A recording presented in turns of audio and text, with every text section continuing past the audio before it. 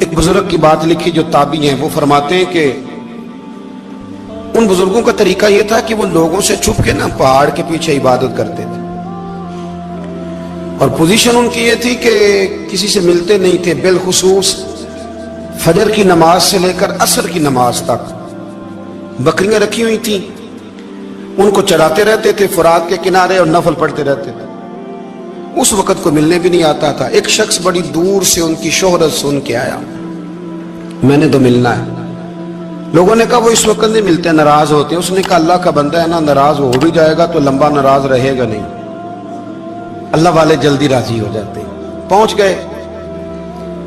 اب وہ بابا جی نماز پڑھ رہے تھے تو کہتے میں نے عجیب منظر دیکھا کہ بابا جی فرات کے کنارے نماز پڑھ رہے ہیں اور ایک بھیڑیا ان کی بکریوں کی حفاظت کر رہا ہے۔ کہتے میں حیران رہ گیا کہ بھیڑیا تو بکریاں کھایا کرتا ہے اور یہاں چرا رہا ہے۔ کہتے میں جب گیا تو بابا جی نوافل میں مشغول تھے، مجھے دیکھ کے کہنے لگا اس وقت کیوں آئے؟ میں نے کہا حضور اگر آئے گیا ہوں تو پھر مہربانی کرے قبول فرما لیں۔ میں بیٹھ گیا تو میں نے کہا حضور یہ بھیڑیا بکریاں چرا رہا ہے، بھیڑیا اور بکریے کی صلح کب سے ہو گئی؟ تو فرماتے ہیں لمبی تقریر نہیں، ہلکا سا جملہ۔ فرمانے لگے جب سے بکریوں کے مالک نے رب سے صلح کر لی ہے نا، تب سے بھیڑیوں نے بھی بکریوں سے صلح کر لی ہے۔ بکریوں کے مالک نے رب سے صلح کر لی، گناہ چھوڑ دیے، اس کی فرما برداری میں آ گئے۔ اب پھر اسے بکریاں چلانے کی ضرورت نہیں رہی، بکریاں نہ اب بھیڑیا چراتا ہے۔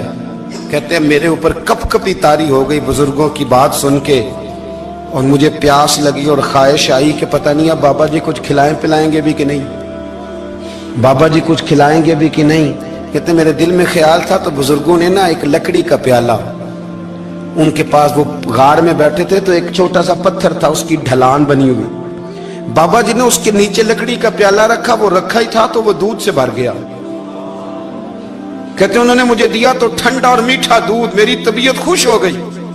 بابا جی نے دوبارہ وہی پیالہ اسی جگہ رکھا تو شہد سے بھر گیا۔ 1000 سال پہلے داتا صاحب لکھ رہے ہیں، کہتے مجھے دیا۔ میں نے فوراً کہا، میں نے کہا حضور یہ دودھ تو گائیں بھینس دیتی ہے، پہاڑوں سے تو نہیں نکلا کرتا، اور شہد تو شہد کی مکھیاں دیتی ہیں، پتھروں سے تو نہیں نکلتا، یہ آپ کہاں سے نکال رہے ہیں؟ تو کہتے ہیں وہ قرآن مجید پڑھنے لگے۔ وَإِذِ اسْتَسْقَى مُوسَىٰ لِقَوْمِهِ، جب موسیٰ کی قوم نے ان سے پانی مانگا، فرمانے لگے موسیٰ کی نافرمان قوم پانی مانگے، حضرت موسیٰ پتھر پہ ڈنڈا مارے تو اللہ وہاں سے 12 چشمے جاری کر دے۔ جو رب حضرت موسیٰ کی نافرمان قوم کے لیے پتھر اور پہاڑوں سے چشمے نکال دیتا ہے نا، وہ محمد عربی کے غلاموں کے لیے پتھر اور پہاڑوں سے دودھ اور شہد بھی نکال دیا کرتا ہے۔ وہ بزرگ کہنے لگے بس بات یہ ہے کہ آج بھی ہو اگر ابراہیم کا ایمان پیدا تو آگ کر سکتی ہے انداز گلستاں پیدا۔ کہنے لگا حضور پھر میرے لیے بھی دعا کریں۔ آپ فرمانے لگے پھر دعا نہ کرا تو مدینے والے کی غلامی شروع کر، تو نبی کریم کی غلامی شروع کر، تو رسول پاک کی غلامی شروع کر۔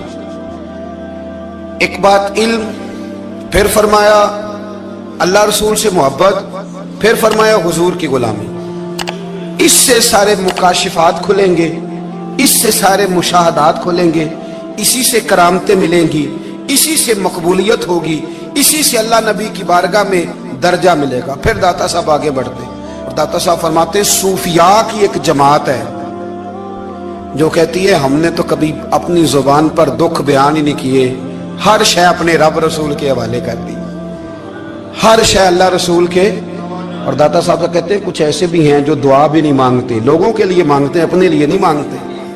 آپ دعا کیوں نہیں مانگتے؟ تو کہتے ہیں اللہ کو تو پتہ ہی ہے ہمیں کیا چاہیے، اسے تو پتہ ہی ہے۔ ایک بزرگ کی بات لکھی ہے داتا صاحب نے، میری جماعت میں نا مزاج ہے کرامتوں کا، مجھے وہ ساری باتیں بھی آتی ہیں کہ ایک بندہ کراچی سے آیا، داتا صاحب حاضری دی تو اس کی لاٹری نکل آئی، یہ بھی مجھے آتی ہے، لکھی پڑھی ہے میں نے، کتابوں میں ہے یہ بھی۔